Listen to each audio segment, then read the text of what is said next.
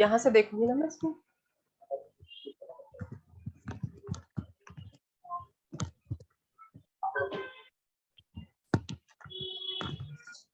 कोई बात नहीं, तो मैं कर दूंगी, इधर उधर कर दिया।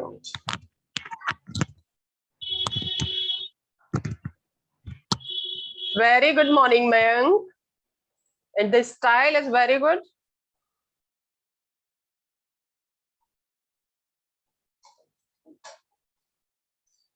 चलिए let's start today class.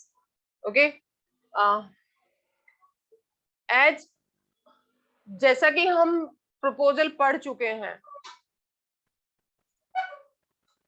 Today I will give you some questions on the pattern of your examination, कि कैसे आ सकते हैं।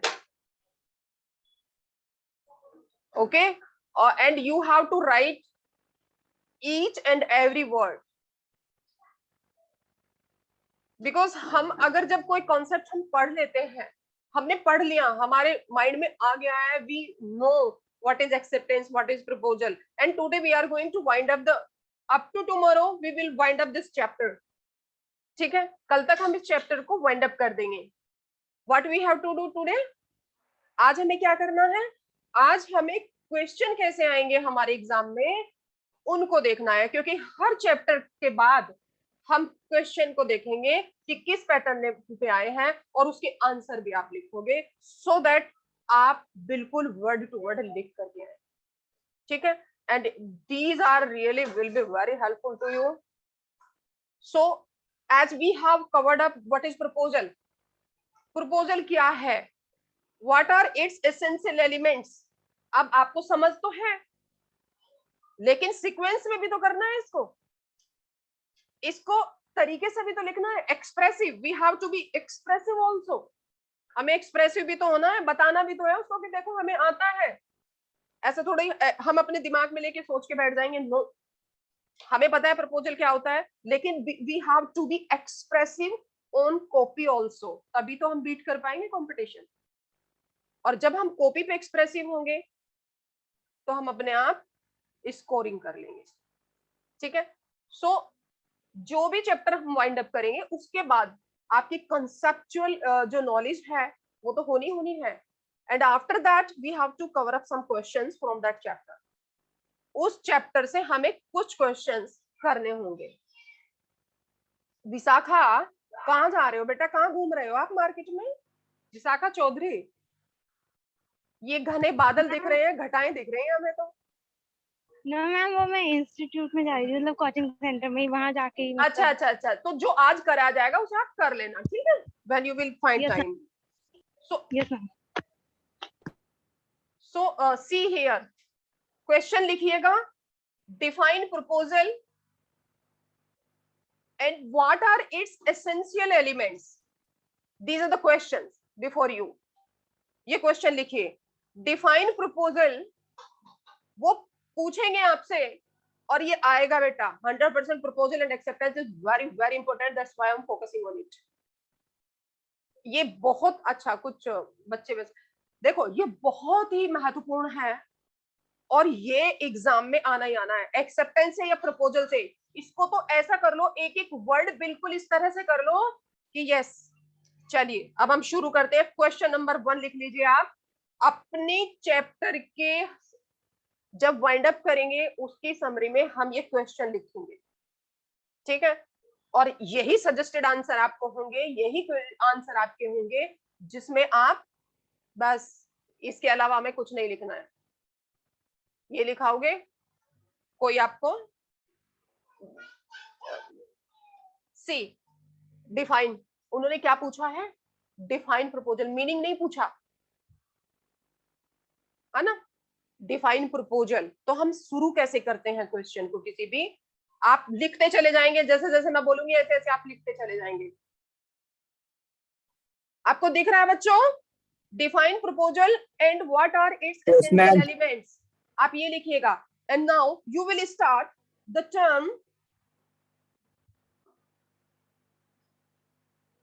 टर्म प्रपोजल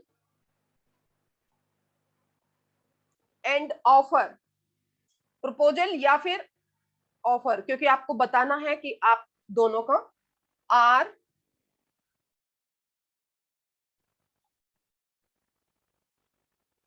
एंड कर लीजिए, एंड ऑफर आर साइनोनिमियस। मैंने आपको जब लेक्चर पढ़ा रही थी, आई टोल्ड यू कि बेटा देखो दोनों पर्यायवाची हैं, डोंट बी कंफ्यूज्ड। आपको कंफ्यूज नहीं होना है अगर ऑफर आ गया, अरे ये तो ऑफर आ गया, ऑफर पूछ रहा है, नहीं, वो प्रपोजल पूछ रहा है, ठीक है। तो यहाँ एंड लगा लीजिए, and therefore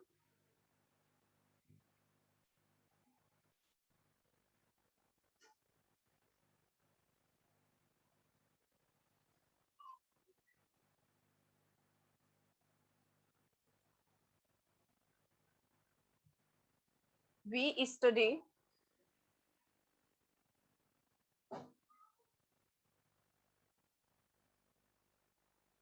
in law of contract.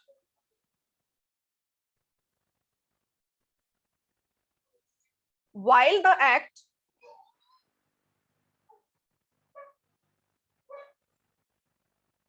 सी, जब भी एक्ट लिखोगे उसका जो ए होगा उसे कैपिटल करोगे, ठीक है।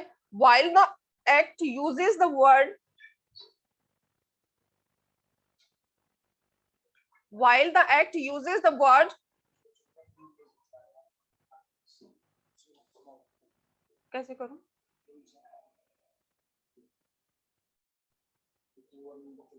ओ भाई साहब ये टेक्नोलॉजी तो मुझे पता ही नहीं। See, is it visible to all of you? ये दिख रहा है सबको? Yes ma'am. जब भी एक्ट लिखोगे तो ए उसका कैपिटल होगा। while the act uses the word proposal, हमने एक्ट में क्या पढ़ा है? प्रपोजल, ऑफर तो नहीं पढ़ा, प्रपोजल पढ़ा है, इसलिए हमें ये भी बताना है। Okay, the student who joined late, today we are going to start, we are going to wind up the chapter today and up to tomorrow we will wind up the chapter. कल तक हम chapter को wind up कर देंगे बेटा। तो उस chapter के हम क्वेश्चन करने हैं हमें कुछ, जो बहुत इंपॉर्टेंट क्वेश्चन है, ठीक है। हमें पता चल गया है कॉन्सेप्ट क्या है, हमें सब कुछ पता चल गया है, लेकिन हमें एक्सप्रेसिव भी तो होना है, हमें कॉपी पे लिखना भी तो है। सो हम पहले क्या करेंगे, पहले हम यहाँ रखेंगे कोई भी कॉन्सेप्ट अपना अपने माइंड में, उसके बाद हम कॉपी पे पेन डाउन करेंगे, आपको अपने आप समझ आता चला जाएगा, ठीक है। तो हमारे दो क्वेश्चन, एक लेक्चर तो हुआ करेगा किसका, जो आपको अंडरस्टैंडिंग के लिए, डिलीवरी के लिए, और दूसरा हुआ करेगा हमारा क्या होगा कि एक्सप्रेसिव, आप कैसे लिखोगे, और आपको सेम ऐसे ही लिखना है। द टर्म, ये टर्म है, ठीक है, ये एम का इधर चला गया, कभी सोचो टर्म्स है, ठीक है। सो क्वेश्चन किस फॉर्म में आएंगे बेटा, एक्सेप्टेंस और प्रपोजल से क्वेश्चन आने ही आने हैं, कोई है ही नहीं कि इससे स्कोप के इससे अवॉइड कर देवे question, because this is very important. Business world में प्रपोजल एक्सेप्टेंस बहुत इंपॉर्टेंट है, see the importance of these concept, इसलिए ये इतना एलोबरेटली पढ़ाए जाते हैं, है ना। और अगर हमें इन कॉन्सेप्ट, देखो हमें चीजें समझ आ गई, उसके बाद तो इनकी परफॉर्मेंस चलेगी, परफॉर्मेंस ऑफ कॉन्ट्रैक्ट। फॉर्मेशन बहुत जरूरी है, जड़ बहुत जरूरी है, फाउंडेशन बहुत जरूरी है, आपकी नींव बहुत जरूरी है, ठीक है। तो इस फाउंडेशन को, अपनी नींव को मजबूत करने के लिए हमें 2 लेक्चर तो हमारे ओरली, जो वर्बली जाया करेंगे, और 2 या 1 लेक्चर हमारा उनको उस चैप्टर से क्वेश्चन को उठाने में, कि इस चैप्टर से क्या क्या क्वेश्चन बन सकते हैं और उनके क्या आंसर होंगे, क्या क्या बन सकते हैं, नहीं बनते ही वही है, क्योंकि इस आउट ऑफ सिलेबस तो कोई जा ही नहीं सकता, आईसीएआई भी नहीं जा सकता, तो इसी से ही बनेंगे। So today question what we have pick out, that is define proposal. जो हमारा आज का क्वेश्चन है वो ये है, प्रपोजल को परिभाषित कीजिए और इसके आवश्यक तत्व बताइए क्या होते हैं। तो हमने लिखा है, लिख लीजिए जो बच्चे हैं, जिन्होंने अभी ज्वाइन किया है, लेट ज्वाइन किया है, the term proposal and offer are synonymous and therefore we study in law of contract. While the act uses the word proposal,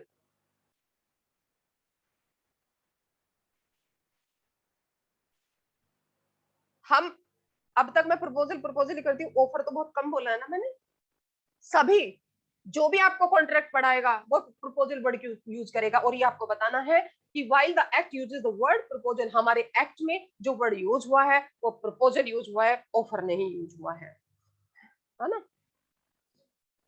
and the word, and लगा लीजिए, एंड द वर्ड ऑफर, जल्दी जल्दी लिखिए, and the word offer would be used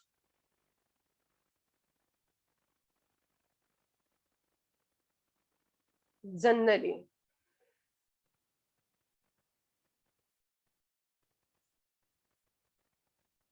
अब देखिए किस तरह से हम डिफाइन पे आ रहे हैं। हमने थोड़ा सा बताया वर्ड को, क्योंकि डिफाइन करवा रहा है हमसे, तो हमने इसकी टर्म भी बताई। बहुत सुंदर तरीके से क्वेश्चन को हमने इसका आंसर को शुरू किया है। द प्रोसेस ऑफ मेकिंग, देखिए the process of making the agreement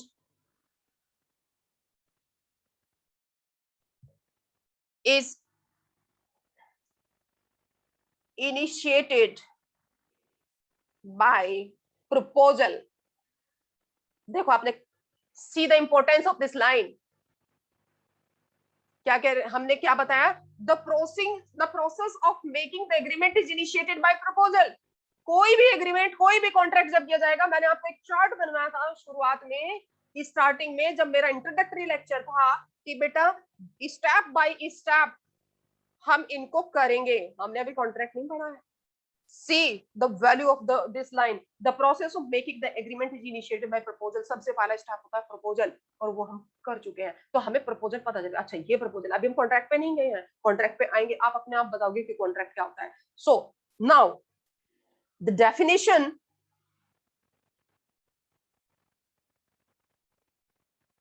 of proposal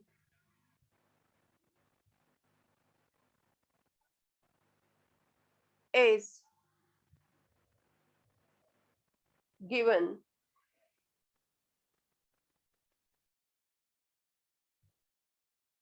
under section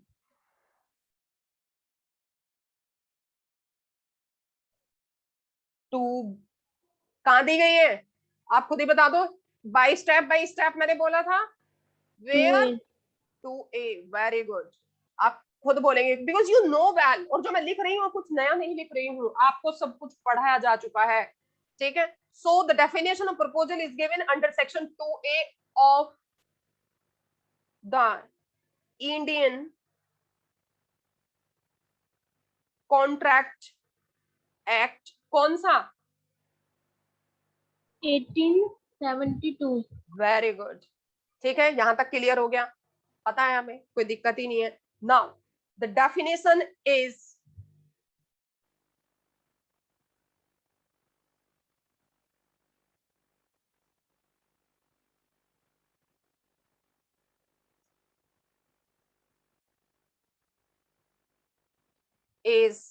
as follows। अब यहां पे आप लिखेंगे प्रपोजल हेडिंग डाल करके,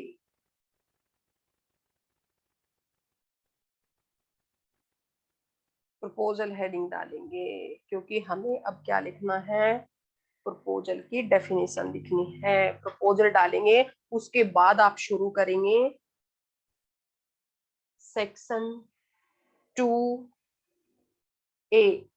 अब डिफाइन करना है, डेफिनेशन मैंने आपको रटवा रखी है, आपको बता रखा है, बताइए definition.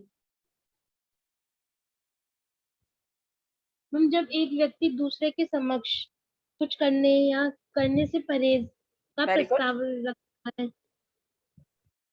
Ma'am when a person signifies his willingness to other।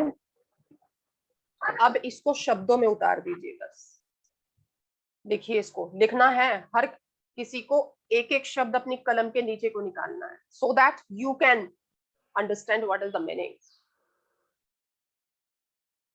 Definition is as follows proposal section 2A। when, मैं लिखती जा रही हूं, आप फटाफट लिखिए।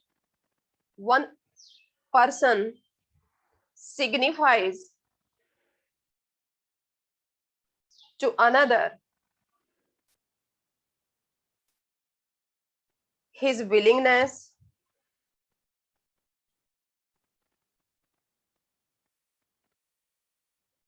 to do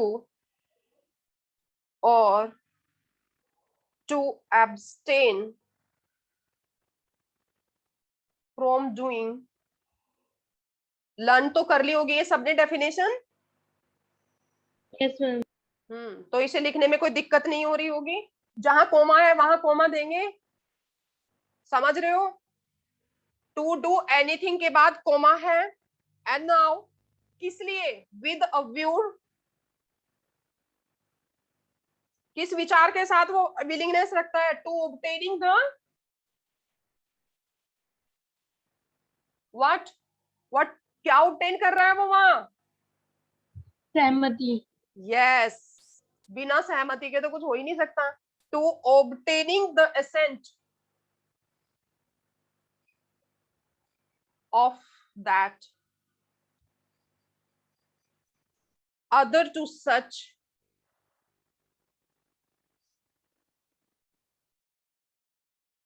एक्ट, और एक्ट का मतलब यहाँ कार्य से है, उस एक्ट से नहीं, अधिनियम से, समझ रहे हो? एक्ट और एब्स्टिनेंस, जहां भी एक्ट की बात आएगी इंडियन कॉन्ट्रैक्ट एक्ट की, वहां एक्ट का ए आप कैपिटलाइज करोगे, उसका एक एक वर्ड कैपिटलाइज करोगे, जैसे मैंने किया। ये आपकी प्रेजेंटेशन बहुत सुंदर होनी चाहिए बेटा, ठीक है? अलग से इंपैक्ट दिखेगा। Yes, you are mature, you know how to write. Abstinence, he is set to make a proposal.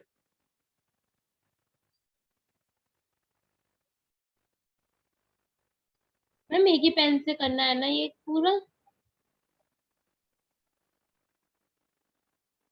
क्या बेटा? मैम ये एक ही पेन से करने हैं ना? एक ही पेन से मतलब? मैम कोई और सा पेन यूज नहीं कर सकते? सिर्फ ब्लैक पेन से ये क्वेश्चन आंसर सब एक ही ये पेन तो से मैंने करने आपके हाईलाइट करने के लिए लिखा है, so that you can understand well. Otherwise you can use one pen also.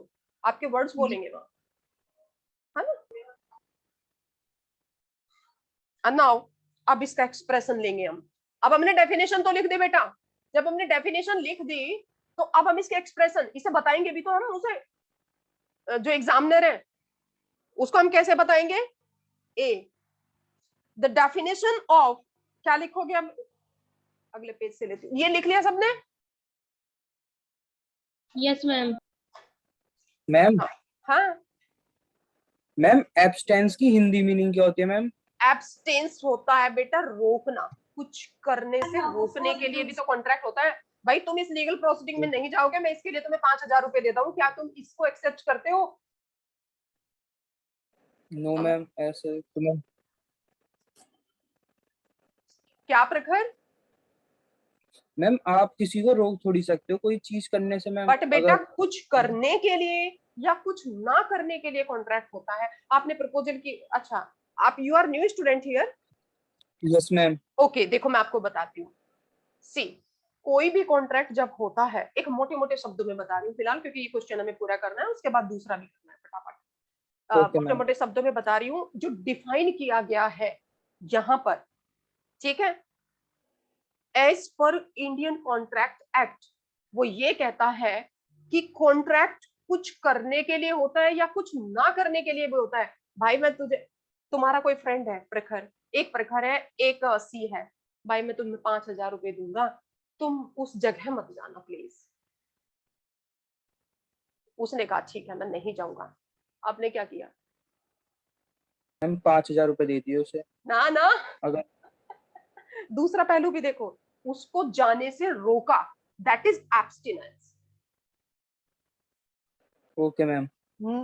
कुछ ना करने के लिए, वो तो वहां जा रहा था, आपने जाने के लिए पैसे नहीं दिए, आपने ना जाने के लिए जाने पैसे, के लिए, हाँ ना जाने के लिए पैसे दिए हैं। और आपका कॉन्ट्रैक्ट किस चीज के लिए हुआ है? कि इस काम को नहीं करने के उस लिए। जगह।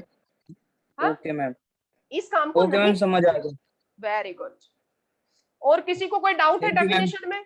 जरा सा भी अगर डाउट हुआ, देखो विलिंगनेस टू डू, कुछ करने के लिए या फिर टू ऑब्स्टेन फ्रॉम डूइंग, कुछ ना करने के लिए। और जो ऑब्स्टेन है ना यहाँ, यहाँ ये इसका एडजेक्टिव है, वो सॉरी वो आ गया, नाउन आ गया।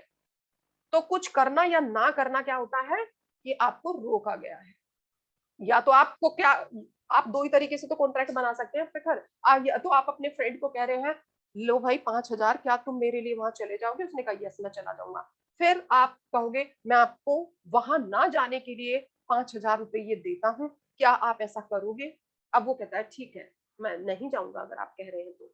ठीक है, उसने एक्सेप्ट कर लिया, आपने 5,000 दे लिया, उसने आपको प्रॉमिस दे दिया। तो दीज आर ना करने के लिए आपका कॉन्ट्रैक्ट हुआ है। अब कुछ करने के लिए तो कैसे होता, लो भाई तुम वहां चले जाना, I am giving you 5,000 rupees for that, उसके लिए मैं तुम्हें 5,000 रुपए दे रहा हूँ।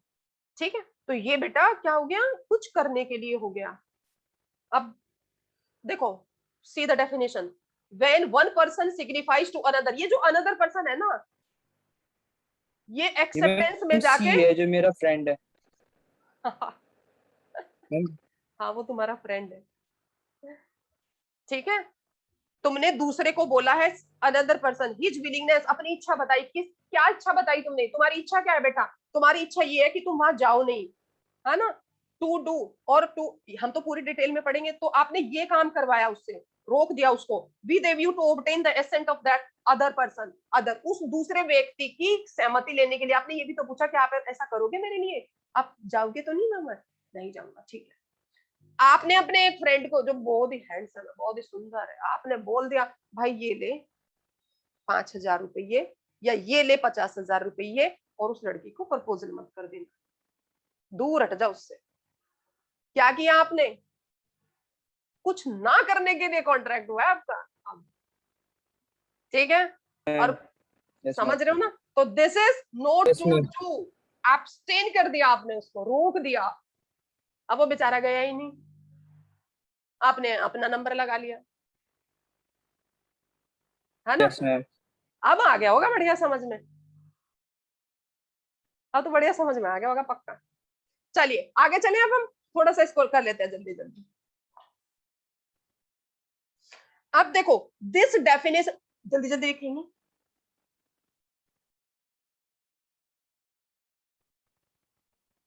This definition of proposal reflects following features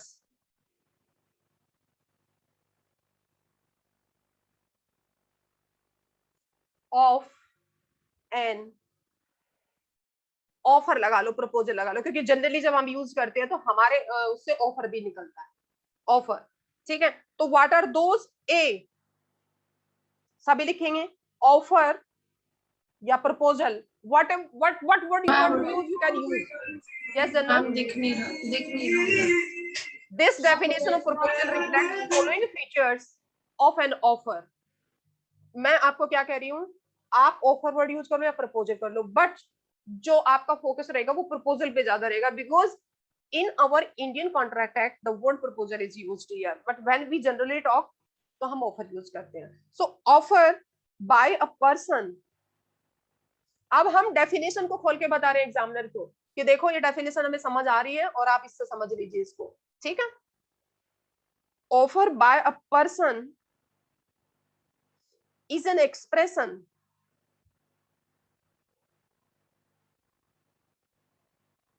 of willingness. willingness का मतलब होता है प्रखर इच्छा, to do something। अब दिख रहा है बच्चों, to do something और to refrain, refrain का मतलब होता है रोकना, वो ही abstinence, abstain, जो हमने अपनी डेफिनेशन की उसमें पढ़ा है। ठीक है, रिफ्रेन हमने दूसरा वर्ड यूज कर लिया, हम हो नहीं गए हम, क्योंकि हम जानते हैं शब्द को भी, रिफ्रेन को भी जानते हैं हम, एब्सटेन को भी जानते हैं, एब्सटिनेंस को भी जानते हैं।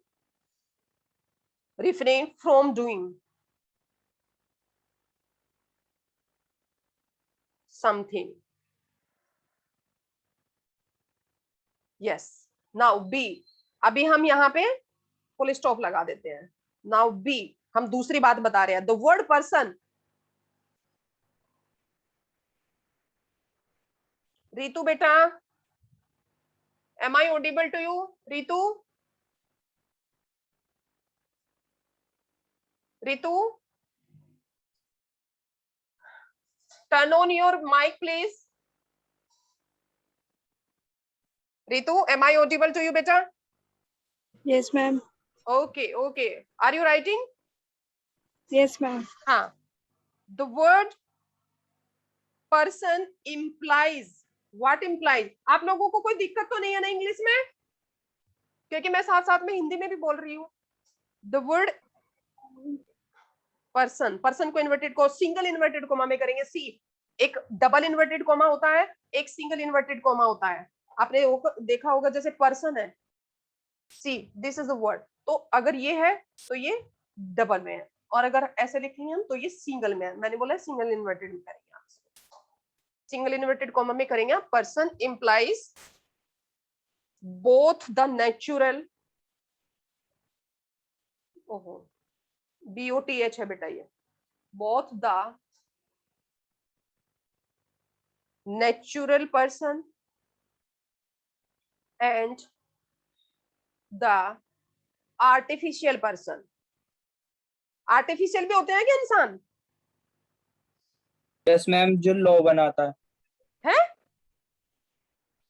जो मेड बाय लॉ होते हैं। समझ नहीं आया मैम, जो मेड बाय लॉ होता है मैम, मैम लॉ के द्वारा which is बनाया हुआ created है। by law। Very good, very good. चलिए इसको जब पढ़ाऊंगी आपको क्या पढ़ाऊंगी कि कौन कौन कॉन्ट्रैक्ट करने के लिए एलिजिबल है, तब हम इसको आर्टिफिशियल पर्सन को डिटेल में पढ़ेंगे। तो सच एज कंपनी, अभी तो यहाँ समझ लो जैसे कि कंपनी है, ठीक है।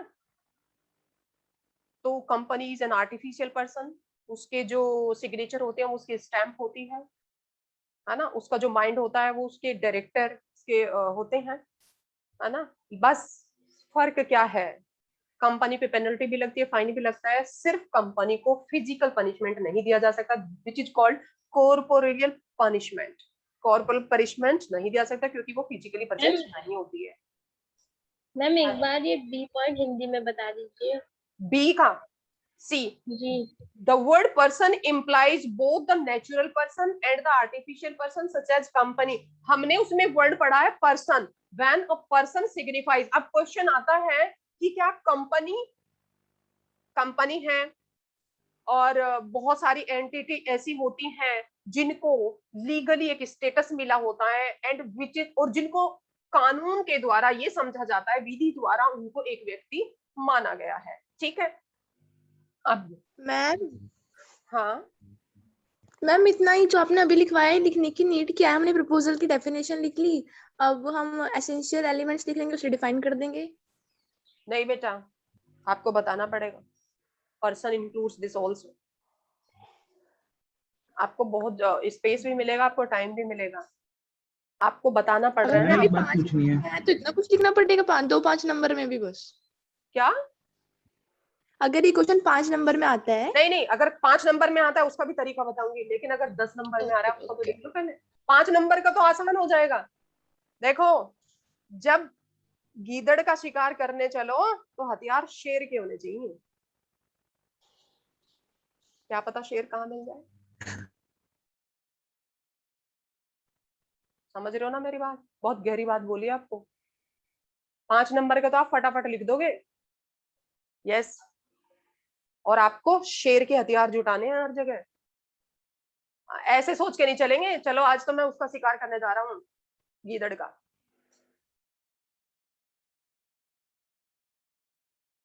इस क्वेश्चन का मैक्सिमम मार्क्स कितने होंगे? 10। 10 मार्क्स बहुत होते हैं बेटा।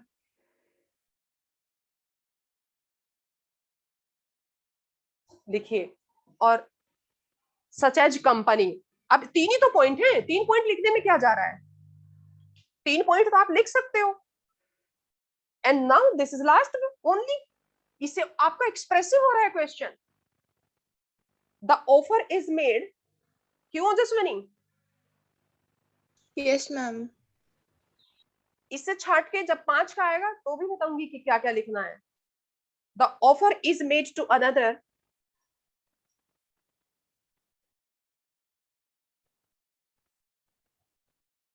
विद अ व्यू, वो एसेंशियल एलिमेंट्स होंगे। वो उसने अलग से सी द क्वेश्चन, क्वेश्चन क्या है सबसे पहला वो पढ़िए एक बार। With a view to seek, question क्या है? डिफाइन, डिफाइन करवाया ना, तो हमने डिफाइन कर दिया बढ़िया तरीके से। अब हम एसेंशियल एलिमेंट्स लिखेंगे।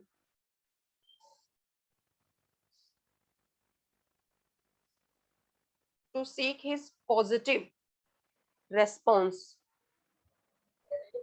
पॉजिटिव रेस्पॉन्स मतलब हाँ, और नेगेटिव रेस्पॉन्स भी होता है ना। हाँ, और लेकिन यहाँ हम सिर्फ पॉजिटिव रेस्पॉन्स लिखेंगे, नेगेटिव रेस्पॉन्स तो रिजेक्शन ऑफ प्रपोजल हो जाएगा बेटा। यहाँ यही तो चीजें देखने की थी।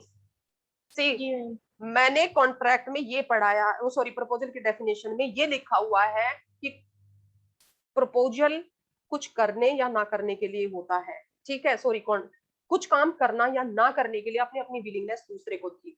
तो यहाँ पे हम नेगेटिव नहीं लिखेंगे, नेगेटिव रेस्पॉन्स आते ही तो रिजेक्शन ऑफ प्रपोजल हो गया। वो चीज अलग है और ये चीज अलग है, समझ रहे हो? पॉजिटिव ही आएगा, चाहे कॉन्ट्रैक्ट ना करने के लिए भी है कुछ। अगर मैं कह रही हूँ कि 5,000 रुपए लो और वहां मत जाना, लेकिन उसका रेस्पॉन्स तो हाँ में ही आएगा मुझे, ओके ठीक है नहीं जाऊंगा, यानी कि उसने एक्सेप्टेंस हाँ किया है, तो ये पॉजिटिव रेस्पॉन्स है यहाँ पे। समझ आ गई ये बात? Yes ma'am. हाँ, यहाँ नेगेटिव वर्ड यूज नहीं करोगे बेटा। Response in terms of his assent, बस ये आपका हो गया, आपने और एक्सेप्टेड, ये आपने डिफाइन कर दिया इतने से में। ये पता है उस कॉपी में आपको अगर आप लिखोगे ना इतने से में आएगा, बस इतने से में, और आपका एक्सप्रेसिव हो जाएगा क्वेश्चन बहुत ज्यादा। अब हमारा अगला क्वेश्चन, उसने अगला उसी पार्ट में उसी क्वेश्चन में एक और पूछा है, what are its essential elements. हमें इसके एसेंशियल एलिमेंट्स भी बताने हैं। अब लिखेंगे हम क्या, लिखिए, ये मैं हाईलाइट करने के लिए लिख रही हूं ब्लैक से। एसेंशियल एलिमेंट्स ऑफ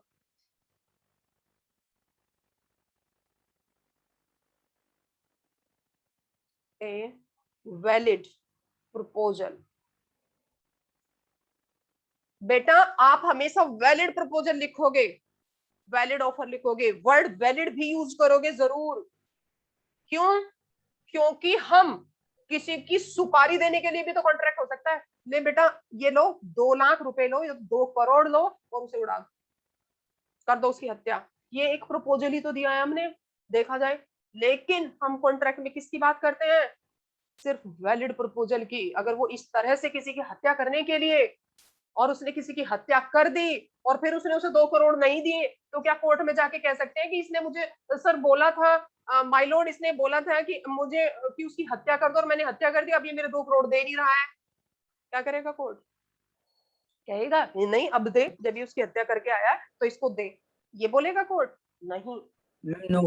हाँ, क्योंकि उसने तो कुछ और ही कर डाला, which is prohibited by Indian penal code. अब हम बात कर रहे हैं वैलिड प्रपोजल की। यहाँ पे सी द ऑफर जो होता है, द, यहां से शुरू करोगे आप,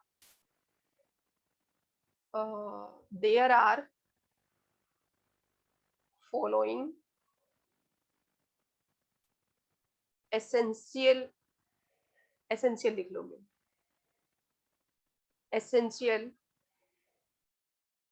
अब बस ये मानो आप एग्जाम में बैठने वाले हो। Elements of a valid proposal। First क्या है आप ही बता दो, फर्स्ट क्या है बच्चों? प्रस्ताव रखने वाला व्यक्ति वचनदाता।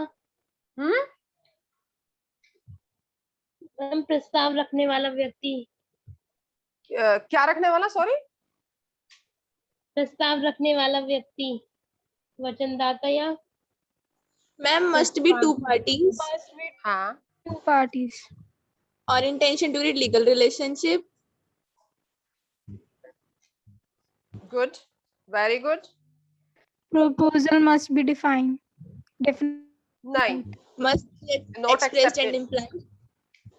देखिए, आप शुरू करते हैं. First is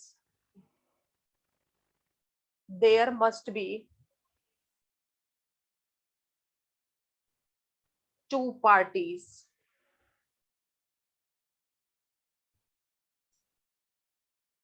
अब आप इसको कैसे लिखोगे? Yes, there must be two parties, Dhruv, right? क्योंकि कोई भी कॉन्ट्रैक्ट आप खुद सोचिए, जनरली आप रट्टाफिकेशन में भी मतलब रटना नहीं है. हम क्वेश्चन भी लिख रहे हैं, लिखना तो हमें जरूर है, लेकिन हमें समझते हुए लिखना है बेटा. से सबसे पहले क्या जरूरत है? क्या कोई व्यक्ति अपने कोई कह सकता है ये लो मैं इस हाथ से इस हाथ में कॉन्ट्रैक्ट बना सकती हूँ? उसके लिए दूसरे व्यक्ति की जरूरत पड़ेगी, दूसरे व्यक्ति की जरूरत होती है. There must be two parties. आप इसमें क्या लिखेंगे? For a valid contract, so for a valid contract, proposal is first step, and for making a proposal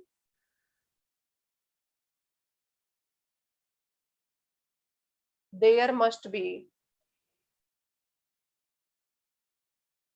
two parties. One is, कौन होता है? One is Offerer very good. One is and offerer offeree. and another is Offeree. ऑफरे. बता दिया आपने, ये होंगी दो party भाई. अब सेकंड चलते हैं.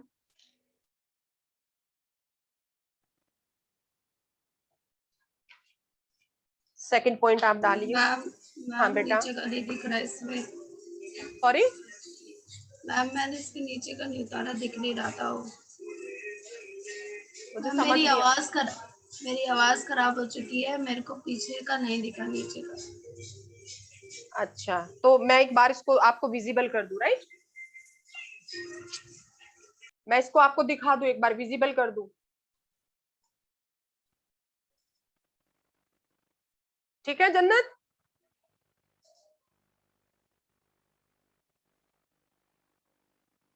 आप लिख के एक्सप्रेस कर सकते हैं बेटा, आप चैट बॉक्स में लिख सकते हैं.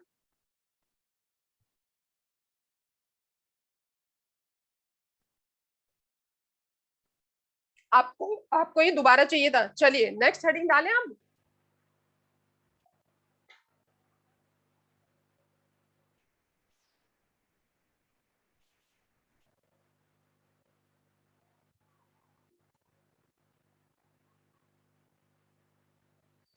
चले?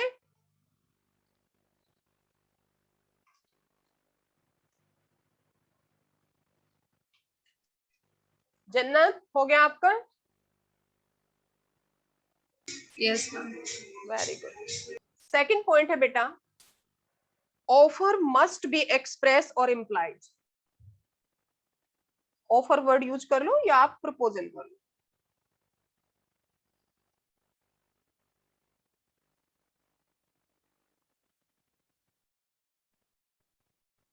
This is your heading. The offer must be made either in, इसको आप ऐसे लिखोगे, द ऑफर लिखो बच्चों, मस्ट बी मेड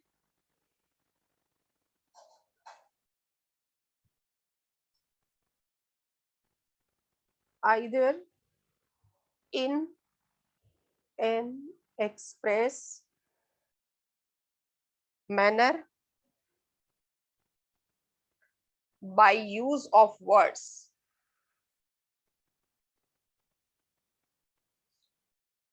क्या कहते हैं इसको? Called an express offer.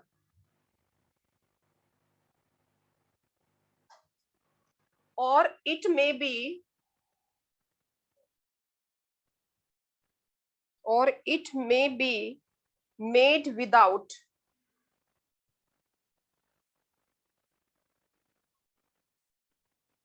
Use of words, बिना कुछ कहे भी, बिना शब्दों को यूज किए भी बहुत चीजें होती हैं। वो मैम हाँ बेटा, मैम ये क्या लिखा है कॉल्ड एन के बाद? कॉल्ड एन एक्सप्रेस ऑफर, जब हम कह करके कुछ करते हैं तब होता है एक्सप्रेस ऑफर, जब शब्दों का यूज करते हैं। एंड ऑफर और it may be made without use of words, और बिना शब्दों के भी इसको किया जा सकता है, दैट इज थ्रू THROUGH है बेटा ये, through such a conduct out of which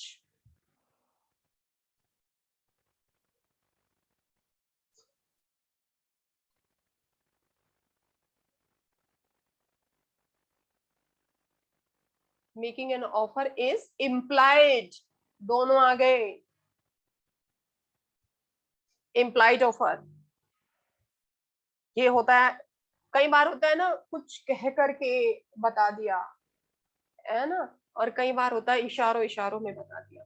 तो जो इशारों इशारों में होता है दैट इज बाय कंडक्ट, और जो बाय यूजिंग ऑफ वर्ड्स होता है दैट इज एक्सप्रेसिव, एंड जो बाय कंडक्ट होता है वो इम्प्लाइड होता है, और जो बाय यूजिंग ऑफ वर्ड्स होता है, और बाय यूजिंग ऑफ वर्ड्स में भी बेटा सी दो तरीके से होते हैं, बोल करके या लिख करके, ठीक है।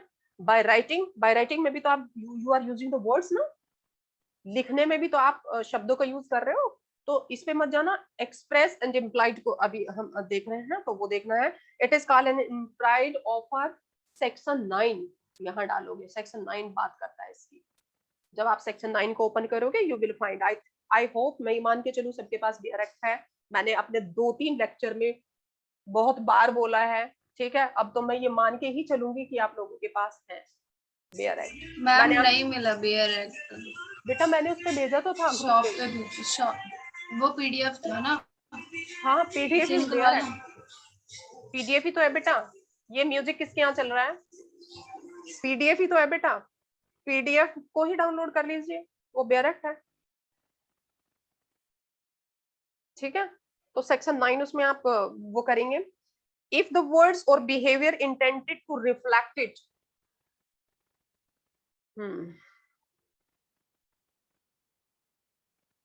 to reflected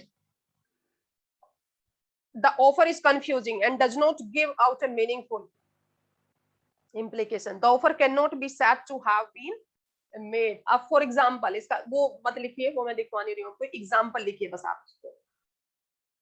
एग्जाम्पल्स बेटा देखो कौन से होते हैं, ए डालिए, आपको एग्जाम्पल के थ्रू बताना पड़ेगा, कॉपी टेडी होगी। Now visible under section 9, section 9 लिख लिया, अब विजिबल है बच्चों। एग्जाम्पल्स में कैसे लिखोगे आप, एम है कोई व्यक्ति, टेल्स क्या बताता है, tells the can you repair my computer, sorry, can you repair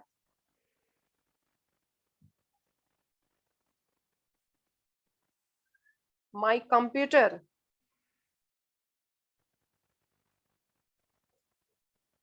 valid proposal है ये, can you repair my computer is a valid proposal. See the words, आपको बहुत ध्यान से एग्जाम्पल पढ़ना है। अगर वो एग्जाम्पल के थ्रू भी पूछ रहे हैं कुछ, एग्जाम्पल के थ्रू वो कैसे पूछ सकते हैं, इसके नेक्स्ट क्वेश्चन वो हमारे लिए, तो कैन, इसमें यू भी आ गया, उसे बोल रहा है ये बात, ठीक है। और इसमें कंप्यूटर की वो कंसिडरेशन भी आ गया, क्योंकि वो सर्विस रिपेयर की बात कर रहा है। तो can you repair, this is an express offer लिखेंगे, हमने यहाँ एग्जाम्पल दिया है, this is an express offer, express offer का एग्जाम्पल हमने यहाँ दे दिया है। अब बी में हम देंगे इम्प्लाइड का, a street seller,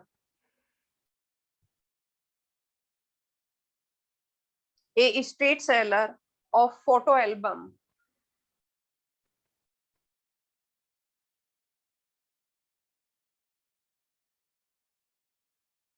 quietly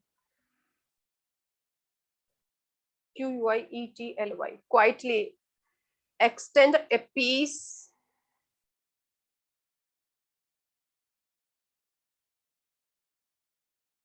before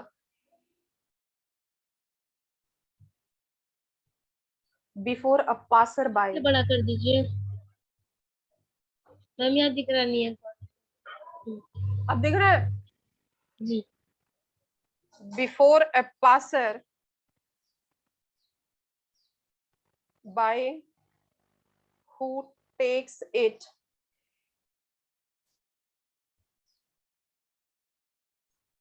in his possession.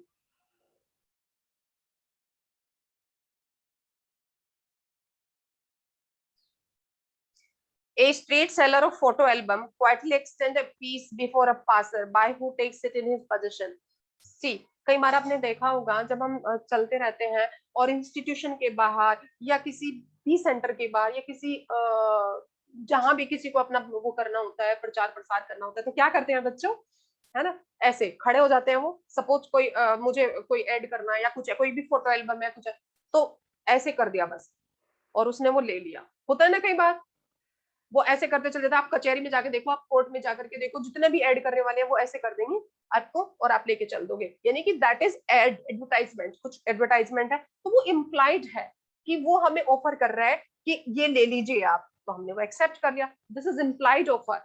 और जैसे ही who takes it in his position, जो इसको अपने पोजीशन में रहता है। स्ट्रीट सेलर कौन होते हैं? जैसे बेचने वाले हैं, ठीक है, और वो भी किस फोटो एल्बम को है, तो वो कहाँ, वो किसी पर्टिकुलर जगह पे खड़े होते हैं, ऐसे नहीं घूमते वो, ठीक है। तो पर्टिकुलर जगह पे खड़े हो करके वो उसको सेल करते हैं। और जैसे ही वो ऐसे पकड़ा देते हैं राहगीर को, पासर बाई, राहगीर को ऐसे बांटते चले जाते हैं, ठीक है। और जैसे ही दे रहे हैं, इसका मतलब वो कई बार आपने देखा होगा टिकट खिड़की पर, हमें रेलवे स्टेशन पे पहुंचते हैं हम, और जैसे ही उसका टाइम होता है, ट्रेन का टाइम, तो हम टिकट लेने चल देते हैं। वो टिकट बांटता रहता है अपने आप, ठीक है। जैसे जो पैसा देगा, जिसका नंबर आता रहेगा टिकट खिड़की पर, वो उसको देता रहेगा। दैट मींस इंप्लाइड है कि ये उस यात्रा के लिए वहां से वहां तक ही आया है, ये इंप्लाइड है। तो this is the same.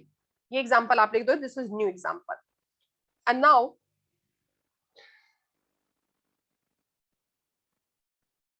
Offer में बी, नेक्स्ट हेडिंग लिखेंगे आप। आपको एक्सप्रेस और इंप्लाइड समझ आ गया? रितु, ऑफर में बी स्पेसिफिक और जनरल। इसमें लिखेंगे द ऑफर में बी। मैम इसे हिंदी में क्या कहते हैं? ऑफर में भी स्पेसिफिक और जनरल। हाँ मैम ये जो थर्ड पॉइंट आपने लिखवाया, इसे हिंदी में क्या कहते हैं? इसे कहेंगे कि प्रस्ताव, स्पेसिफिक और जनरल को क्या लिखा हुआ है उसमें हिंदी में? विशेषता, संवहन। हाँ बेटा, मैम इसमें तो इसका प्रस्ताव विक्रेता को संवहन होने चाहिए। क्या क्या प्रस्तावकर्ता का संवहन होना चाहिए। नहीं, वो तो अलग चीज है। स्पेसिफिक और उसका बताइए, क्योंकि ये इंपॉर्टेंट चीज है। ऑफर में बी स्पेसिफिक और जनरल को क्या बोलेंगे बच्चों हिंदी में? कौन बताएगा? सामान्य। वेरी गुड, सामान्य होता है रितु। और इसका हेडिंग क्या बनेगा कि प्रस्ताव विशेष या सामान्य हो सकता है, ठीक है। स्पेसिफिक, विशेष, ठीक है बेटा। तो आप इसको लिखिएगा। अच्छा, ये थोड़ा हिंदी का आप चलिए मैं आपको इसको हिंदी में भी बताया करूंगी। प्रस्ताव में भी स्पेसिफिक और जनरल, हाँ सामान्य लिखिए। द ऑफर में be, the word may be is used. इनमें आप बहुत ध्यान रखेंगे कहाँ मैंने मस्ट यूज किया है और कहाँ मैंने मे यूज किया है, क्योंकि इसी चीज को देखेगा एग्जामिनर। बस मस्ट का मतलब है कोई चीज इधर से इधर हिल नहीं सकती। मे का मतलब है गुंजाइश है, ठीक है। द ऑफर मे बी, वो स्ट्रिक्टली इंटरप्रिटेटेड नहीं है, स्ट्रिक्टली यानी कि उसकी इतनी शब्दश है जिसको बोलते हैं अक्षर से नहीं लिया जाएगा उसको जैसे लिख दिया है, लेकिन जहां मस्ट बी है, जो लॉ में लिख दिया है अक्षर से उसको लिया जाएगा, वो एक्सप्लेनेशन उसकी होगी। ठीक है बच्चों, तो this is the difference between must be, may be, should be. Offer may be made to a specific person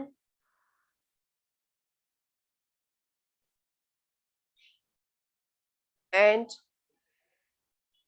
public at large। और वर्ड यूज करो, और पब्लिक बुक में गलत यूज हुआ है, और पब्लिक एट लार्ज। ठीक है, और वर्ड यूज करेंगे यहाँ, या तो वो स्पेसिफिक पर्सन को किया जा सकता है या पब्लिक एट लार्ज किया जा सकता है। If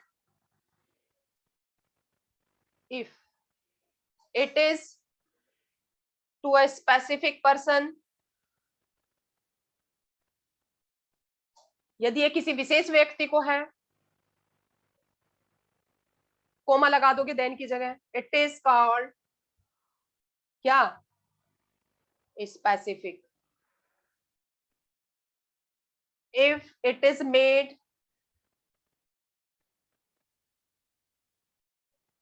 to public at large,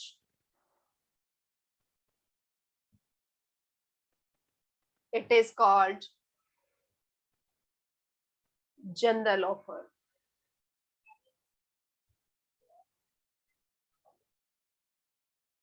अगर किसी स्पेशल व्यक्ति को किया है तो ये स्पेसिफिक होगा, और पब्लिक एट लार्ज किया एडवर्टाइजमेंट के थ्रू किया है तो ये जनरल ऑफर होगा बेटा। ठीक है, लीडिंग केस, अब नेक्स्ट लाइन से लिखेंगे। लीडिंग केस कौन सा है इस पे बता दो आप ही।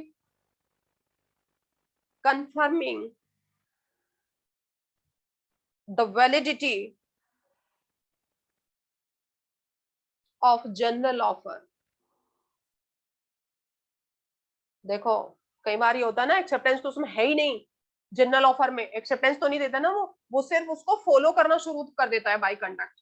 तो the validity of general offer, जो नए बच्चे हैं वो बैकअप जरूर ले लेंगे, क्योंकि उनमें कॉन्सेप्ट को बताया गया है, वर्बली डिलीवर्ड किए गए हैं, और आज ये हमारा क्वेश्चन का रिटन का आज शुरू हुआ है। ऑफर ऑफ जनरल ऑफर को इज कौन सा है बच्चों, वो Carlill versus carbonic. Yes, carbonic. ये भी डाल, ये इस केस से बहुत ज्यादा वो होगा, इसके बिना मतलब ऐसे you have to mention all the leading cases, जितने भी बताए हैं आपको, जितने लीडिंग केस हैं उनको मेंशन करोगे। Smoke ball company,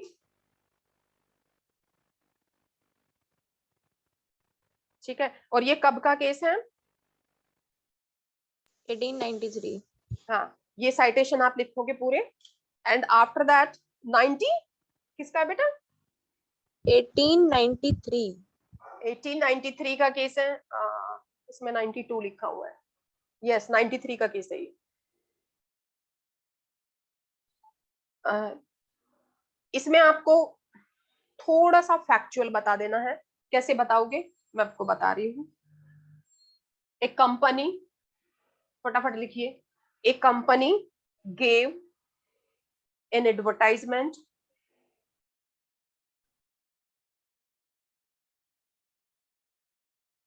that anyone who contacted, क्या था इसमें, कौन बताएगा, who contacted influenza, who contacted influenza or similar disease। अगर मैं आपकी शाम को भी क्लास ले लूं तो कोई दिक्कत तो नहीं होगी, if possibilities और similar, क्यों बच्चों, आज ही शाम को No, ma'am. or similar disease even after properly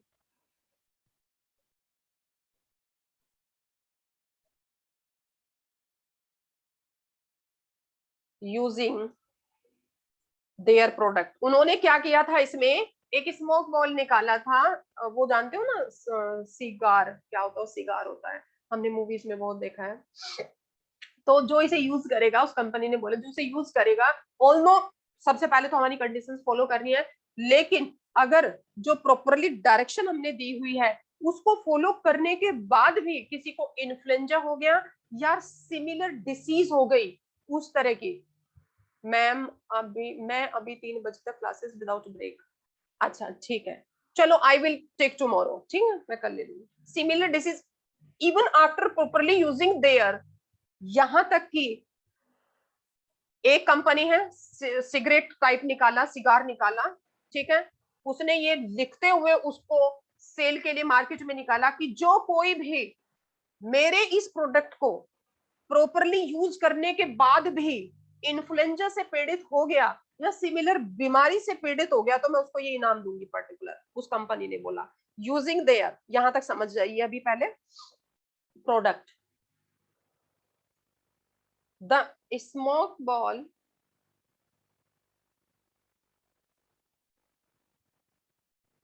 shall be paid, उस प्रोडक्ट का क्या नाम था, स्मोक बॉल। तो उस कंपनी ने बोला कि shall be paid, वो व्यक्ति पे होगा किससे, shall be paid specified amount. Specified उसने उस एडवर्टाइजमेंट में भी लिख दिया भाई इतने दिए जाएंगे, स्पेसिफाइड अमाउंट दी जाएगी। नाउ 1 मिसेस कार्लेल, बेचारी को लगा होगा कि यूज करूं, मिसेस कार्लेल परचेज्ड दैट, परचेज्ड है बेटा ये, purchased the ball and used it as directed। यहां पे देखो कैसे फॉलो हुई है, एक्सेप्टेंस बाय कंडक्ट, यूज किया ना उसको उसने एज डायरेक्टेड, जैसे कि उसे डायरेक्टेड। सी कॉन्टेक्टेड इन्फ्लुएंजा, बेचारे उसे दम्मा हो गया। इन्फ्लुएंजा को हिंदी में दम्मे की बीमारी तो बोलते हैं, जब खांसी उठती रहती है बहुत छाती तक ये हो गया। C filed a case for a payment।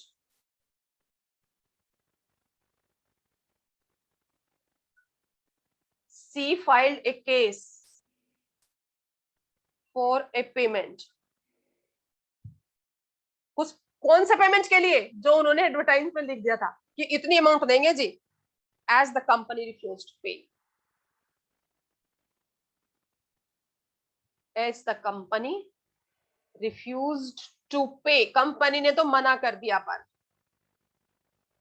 The company argued, company ने बोला कि it had not made the offer to the lady and that she had not communicated the acceptance to the company। Acceptance की तो बात आ रही है, general offer का question है, जनरल ऑफर दे दिया था थ्रू एडवर्टाइजमेंट। और यहाँ पे क्वेश्चन हमेशा आर्गुमेंट्स का क्या रहता है बेटा, हमेशा इस पे यही डिस्कस रहता है कि एक्सेप्टेंस नहीं दी। अब देखो क्या बोला गया, सी कोर्ट ने क्या हेल्ड किया, इट वाज हेल्ड दैट, और नहीं पहले content low, the company contented that, क्योंकि आपको सारा सीक्वेंस में समझ आ जाएगा। कंटेंटेड का मतलब होता है विरोध किया, जिसको समझ नहीं आ रहा है वो इसके ऊपर लिख लेना, कंटेंटेड विरोध करना, तो विरोध किया, कंटेंट किया, contented that,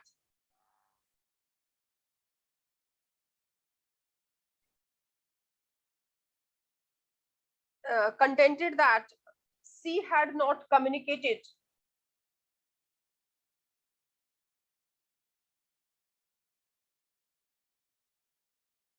acceptance,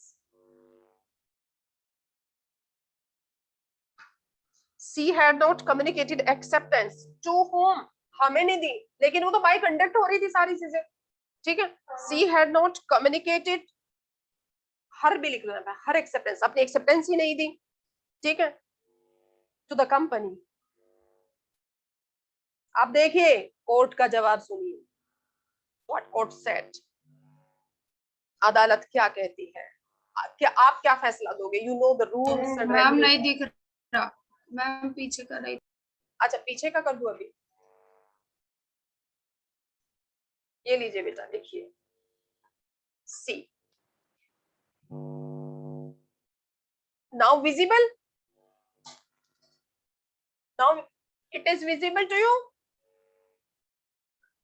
no ma'am. No, ये हर है। जन्नत विजिबल है बेटा?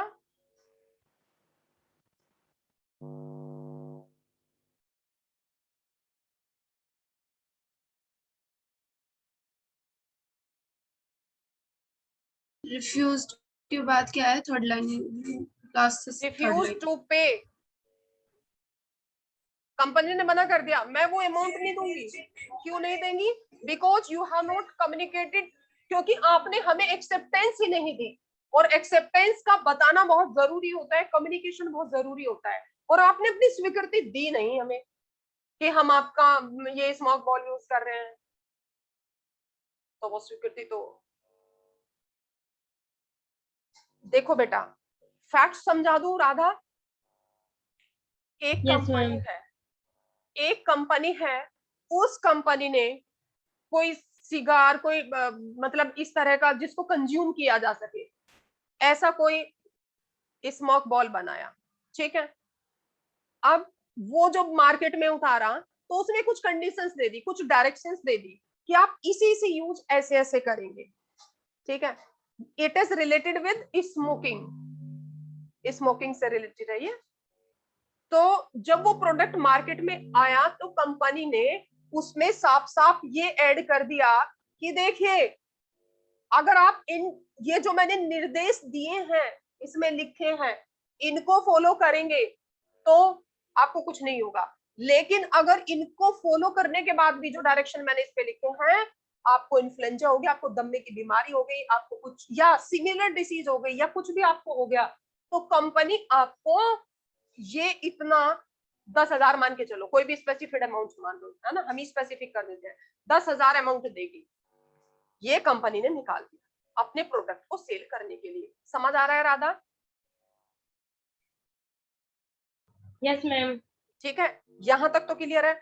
अब जैसे ही प्रोडक्ट मार्केट में आया, एक लेडी ने उसे परचेज कर लिया, वो थी मिसेस कार्लेन, ठीक है। जब उसने परचेज किया तो उसने डायरेक्शन भी प्रॉपर पढ़ ली, सब कुछ पढ़ लिया।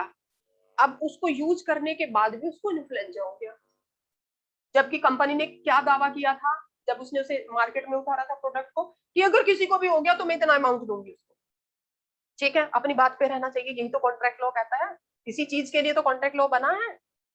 अब क्या किया उन्होंने, कंपनी के अगेंस्ट केस फाइल कर दिया कि मुझे इन्फ्लुएंजा हो गया है, इनके दिशा निर्देशों का पालन करते हुए भी मुझे दमा हो गया, मैं बीमार पड़ गई।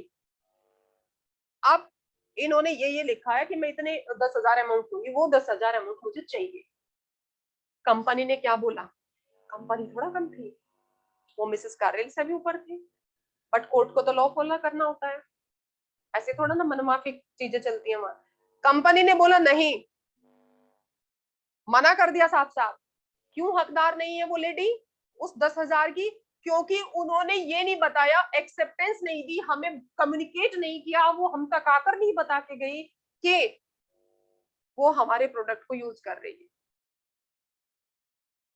बट इट इज, ये असंभव होता है जनरल ऑफर में कि 1 to 1 पर्सन कंपनी को जाके बताए, जबकि जनरल ऑफर में बाय कंडक्ट ही, by performing the conditions attached to the offer, जो कंडीशंस, जो दिशा निर्देश आपने इसमें लिखे हुए थे, जैसे उनको परफॉर्म करना शुरू किया उस लेडी ने, तो इसका मतलब वो एक्सेप्टेंस अपने आप होती चली गई।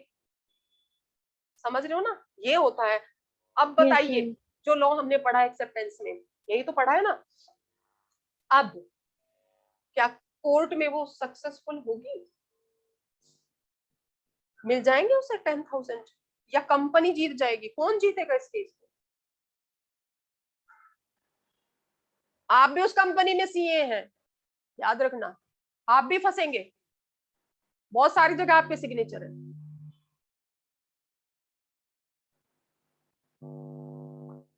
कंपनी सक्सेसफुल होगी या मिसेस कार्लिल के फेवर में डिसीजन आएगा? हो गया? जन्नत लिख लिया बेटा आपने? बताइए बताइए रितु, बताइए आप कौन सक्सेसफुल होगा इसमें? कौन पार्टी सक्सेसफुल होगी इसमें? Company, Mrs Carlill. Mrs Carlill. Yes, पर क्यों? क्योंकि मैम जो जनरल ऑफर होता है वो पब्लिक एट लार्ज होता है और उसमें एक्सेप्टेंस मिल जाती है।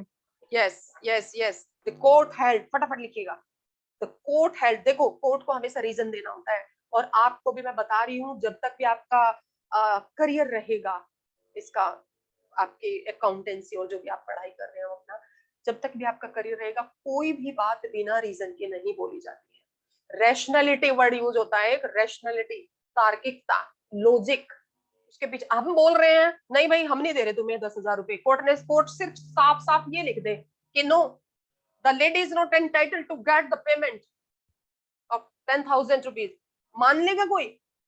हम कोर्ट में खड़े होकर ये तो कहेंगे क्यों नहीं है हकदार, बताइए कारण, बताइए हमें, कोई एक तो रीजन देना पड़ेगा। याद रखना, हमेशा कोई भी बात कह रहे हो तो रीजन साथ में रखना, लॉजिक साथ में रखना, रैशनैलिटी साथ में रखना। द कोर्ट हेल्ड दैट, जैसे अभी बताया ना आपने, किस लड़की ने बताया कि मैम वो इसीलिए नहीं देगा? राधा ने बताया या जन्नत ने बताया या रितु ने? अरे किसका हाथ उठाया ये? अच्छा, कृतिका ने बताया, या वेरी गुड। मतलब अगर आप कुछ बोल रहे हो तो आपके बोलने में वो होना चाहिए कि आप उसको एक्सप्लेन कर सको, आप उसको बता सको कि this is the reason, that's why I am speaking before you this, है ना? The court held that the lady कौन? Miss Carlill. यस, मुझे सब बच्चों से रिस्पॉन्स चाहिए, ऐसा नहीं एक दो बोलेगा। मैडम लेडी, स्पीकर व्यू पे कर लो एक बार, मैडम अपनी वाली स्क्रीन पे प्लीज डबल क्लिक कर लो एक बार, ये बार बार स्क्रीन चेंज हो रही है एक्चुअली। ठीक है, नहीं डबल क्लिक कर लो माउस से ना, जूम मीटिंग में डबल क्लिक कर लो अपनी स्क्रीन पे। जी ma'am.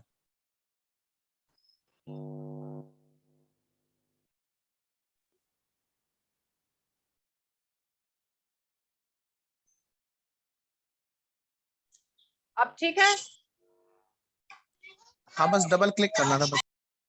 The court held that lady had accepted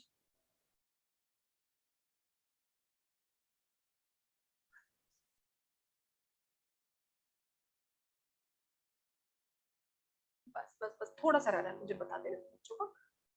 The lady had accepted the offer by performing this class is only for the students only, not for teachers.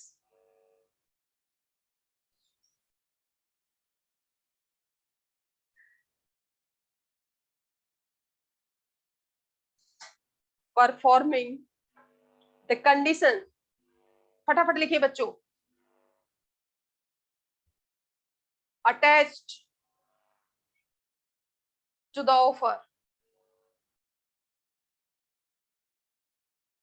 by the company.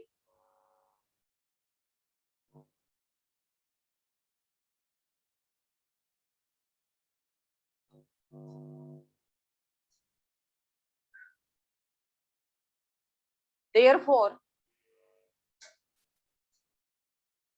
Mrs. Carlyle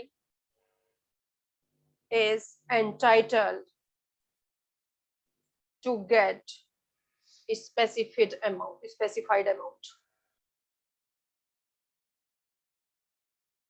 Now, next, which is most important, that is fourth point, offer must be communicated.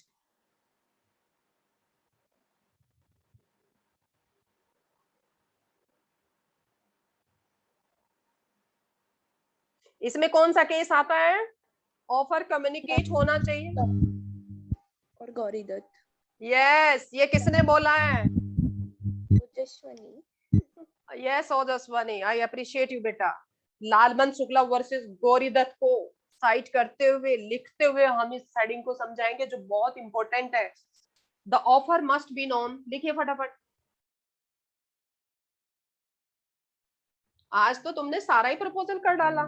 जिसको Lalman Shukla versus Gauri Dutt आ गया, वल्फर versus वल्फर आ गया, Carlill versus carbolic आ गया, उसका तो offer हो गया। फिर आपको कोई दिक्कत नहीं हो सकती, ये मैं शर्त लगाती हूँ। इसका मतलब, और हाँ, अगर इसके फैक्ट जान करके आप डिसीजन पर भी पहुंच गए तो आपको चीजें समझ आ गई। The offer must be known, must become, ये एक अलग हेडिंग है बेटा हमारा जो बहुत इंपॉर्टेंट है। ऑफर का कम्युनिकेशन बहुत जरूरी है। The offer must become known to the intended offering. The definition of offer, देखो कितनी गहरी बात करने जा रहे हो, कितना अच्छे से समझा रहे हो आप। The definition of offer in section 2A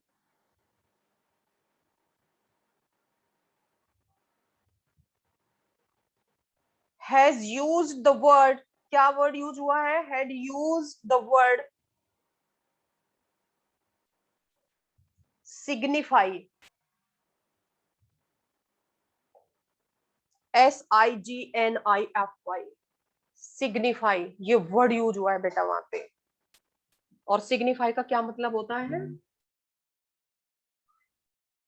single inverted comma में करेंगे आप इसको। What is the meaning of signify? Signify which implied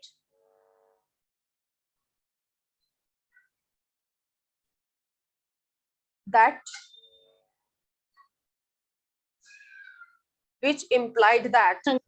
the offer must move to its intended target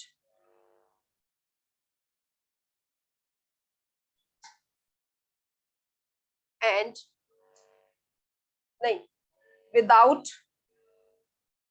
सी, कितनी सुंदर बात आपने इसमें समझा दी है। अपने आप चीजें सही हो गई। बस एक क्वेश्चन, एक वो और दिखाना है आपको, लालमन शुक्ला वर्सेस गौरी दत्त, कि ये होता है कम्युनिकेशन से। टारगेट विदाउट बीइंग अवेयर, ये नेक्स्ट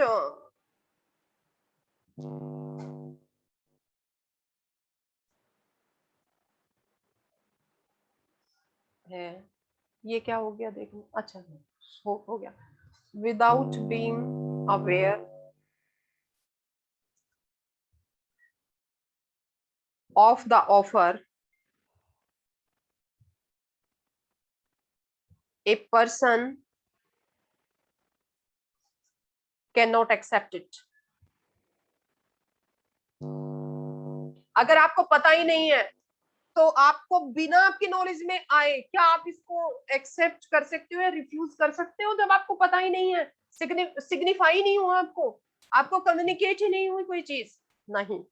आप इसमें लिखेंगे आप, the leading case on this is, मैं इसको थोड़ा हाईलाइट करके लिखूंगी, लालमन शुक्ला वर्सेस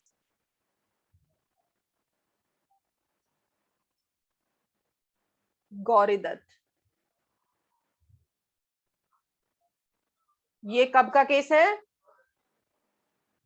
1893 1913 का। ऐसे नहीं कुछ भी लिख दोगे, ठीक है? इट इज 1913, ठीक है बच्चों? और आज आप सारा दिन लॉ पढ़ेंगे, मैं कहीं जाने वाली नहीं हूँ। इसके फैक्ट्स आप खुद करके दिखाएंगे मुझे, इसमें जो फैक्ट्स का प्रेजेंटेशन होगा वो आप खुद देंगे लालमन शुक्ला वर्सेस को, लेकिन एक्सप्रेसिव वे में जैसे आप एग्जाम में लिख रहे हो। अदरवाइज मैं लिखवाऊंगी, इसे ऐसे ही छोड़ देना, ठीक है? इसको बिल्कुल नहीं छेड़ना, फिर आपको, आपने जहां से शुरू किया है हम इसे खुद लेंगे, ठीक है? और हम इसे एक, बस हमारे 2-3 हेडिंग और रह गए हैं, इनको फटाफट कर करके या तो शाम को मैं क्लास लगवाती हूँ एक, अदरवाइज कल 2 तो क्लास पक्की होंगी आपकी लॉ की, ठीक है? ओके बच्चों, और आज के इस लेक्चर को यहीं पे विराम देते हैं। यस, आज का समझ आया? राधा बेटा, आपको कोई भी डाउट हो, कैसे भी हो, मेरा मतलब you are in WhatsApp group, all are you, ठीक है? तो you can ask, yes sir. आप पूछ सकते हैं। जी मैम। ओके बेटा, बाय बाय, बाय मैम। खैर, कल मिलते हैं।